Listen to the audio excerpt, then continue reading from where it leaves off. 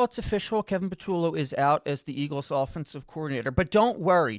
They might keep him on in some other capacity because they just find his football knowledge too valuable. And I am not being sarcastic. That is actually something that was reported, and I can't believe it. I don't know. So he's out as offensive coordinator, which is the good news, but it was to be expected. The bad news is it means Nick Sirianni is still the head coach. Now, how do we know that? Well, they wouldn't just fire the offensive coordinator. We would know by now if Nick Sirianni was gone. And secondly, Nick Sirianni is the one that put out the statement that he fired his friend. And so we move on from there. Now, the first thing we look at is who are some possible replacements. Now, there's a lot of people available, but the Eagles don't have the most enticing job. And the reason I say that is because, one, you're working under Nick Sirianni, of all people, and multiple people could get head coaching jobs that are also up for offensive coordinator gigs. I think Mike McDaniel is a perfect example of that. Mike McDaniel, of course, comes from the Kyle Shanahan coaching tree, and he did. I know he gets a lot of shit, but he did a good job of building an offense around a quarterback that sucks. You want to talk? People talk about Jalen Hurts having limitations. You want to talk about a quarterback with real limitations? Tua Tagovailoa is one of the most limp dick, noodle armed quarterbacks I've ever seen in my life, and Mike McDaniel managed to build a competent offense around that little guy for multiple years. So he is a very good offensive coordinator. And head coach, I don't know. I don't know if he commands the respect of a locker room. He does come off as a little bit of like a geek. Like, I don't know. But I think he might get a head coaching job. And a lot of these jobs are more attractive than the Eagles' jobs because they're head coaching jobs, number one. And number two is they get to work with these up-and-coming quarterbacks that they can kind of mold in a way that you can't really do with Jalen Hurts. Jalen is what he is at this point. Some people would rather work with Cam Ward or Jackson Dart. That's up to them, I guess. So I think Mike McDaniel might get a head coaching job. Another one that I do like is Todd Monken. He, of course, came from Baltimore, worked with Lamar Jackson for several years. I do like some of the concepts he runs from the little I've seen on Twitter from people I respect that actually know the X's and O's of football way better than I do. And then another one is Brian Dable, who I believe worked with Jalen in college. I'm not sure if I think it was when he was with Alabama, not Oklahoma. Yeah, I think when Jalen was at Oklahoma, he was with the Bills. But so there is that overlap there. The main thing that I want is just like I'm sick of doing this song and dance every year. Like, are we going to be at this same point next year in September, October, November, and we're like arguing every day about whose fault it is, why the offense looks like the way it is? Like, can we be done with that, please? And that's why I want Nick Sirianni fired, is because as long as Nick Sirianni is employed, he is going to have control over this offense. And we all know, well, not all of us, but you should all know, is that his philosophy is don't turn the ball over, even if it comes at the expense of scoring points. And so what does that look like? It looks like an offense with A.J. Brown, Devontae Smith, a good offensive line, Saquon Barkley, Jalen Hurts, and it looks like an offense that doesn't know how to run any plays other than a hitch route, which they run at a 30% clip, which is absolutely ridiculous. So, like, it doesn't, like I've said this before, it doesn't matter who you hire. If Nick Sirianni is going to have control of this football team and he's not going to change his ways because you can't teach an old dog new tricks. All right, and Nick Sirianni is not changing anything about the way he views football at a fundamental level.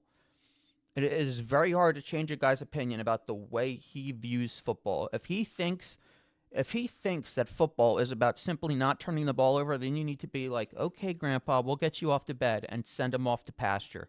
There's no working around that. And that's why I'm frustrated, because now next year you could hire the most brilliant offensive mind there is.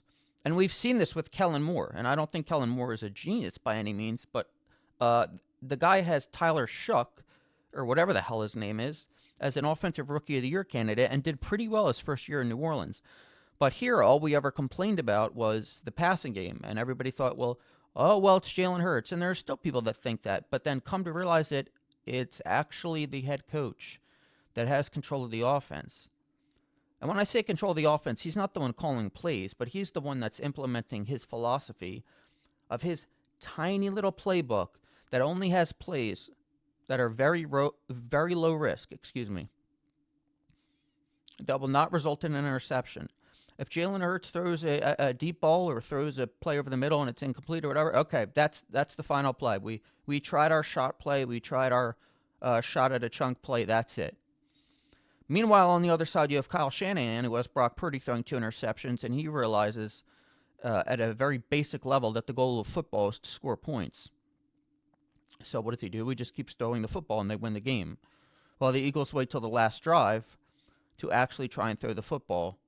And, of course, it results in them calling a timeout on a 4th and 11 and running 4 verts against cover 4 because they are idiots, truly.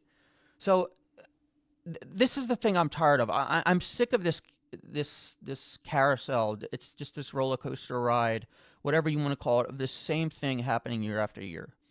I cannot mentally take it anymore. I cannot physically take it anymore. It's going to make me vomit if I have to deal with this same discourse next year. I don't want to be talking about whose fault it is that they run the same play 50 mother freaking times in a row. Figure it out. If you're keeping Nick Sirianni, tell him to stand in the corner and do whatever that I don't even know what he does well. Is it his relationship with the players? A.J. Brown wants to punch him in the face. He might get traded this year. Is it really worth keeping Nick Sirianni if it causes A.J. Brown to leave? And don't get me wrong, A.J. Brown might be on the verge of being washed. I mean, you never know what happens with receivers and when they decline. But am I going to have to deal with all of this drama of the leaks from the locker room? Why don't you come out and just say what the problem is? Instead of saying, this happened, that happened. Kevin Patullo has been fired. Why doesn't he come out publicly and just say Jalen Hurts doesn't want these plays being ran? Or Nick Sirianni, I love him. He's my friend. He's an idiot. Come out and say it. I'm sick of this he said, she said game year after year. And now that Nick Sirianni's staying, it just means we're going to deal with the same bullshit over and over again. So we'll follow the offensive coordinator search, but I doubt it really is going to mean much in the long run as Nick Sirianni is head coach of this team. Granted, it is impossible to be worse than they are this year. I can guarantee you that. I mean, unless everybody gets injured next year, and I don't know. It is impossible to be worse than they were this year. So I guess they have that going for them, but it's just the same nonsense. And I saw the last thing before I get out of here. You know, Chris Sims went on this little soliloquy earlier in the year about how it wasn't Kevin Patullo's fault. It was the quarterback's fault. And then Kevin Clark, who runs a podcast with him or whatever, after the game, he quote tweets it and he's like, they called him a madman. It's like, really? You think that game against the 49ers proved your point?